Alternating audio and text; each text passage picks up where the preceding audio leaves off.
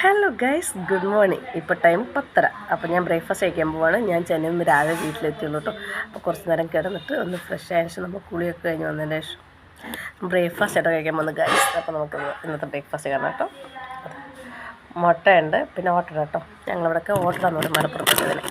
അപ്പോൾ ഓട്ടടയും ചിക്കൻ്റെ പാർട്സും ഗൈസ് കണ്ടു നോക്കും ഗൈസ്.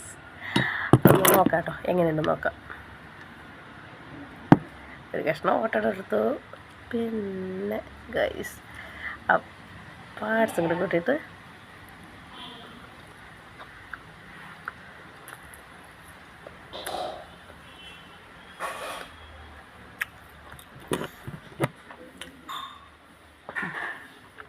Super taste guys. സ്വന്തം മുട്ട.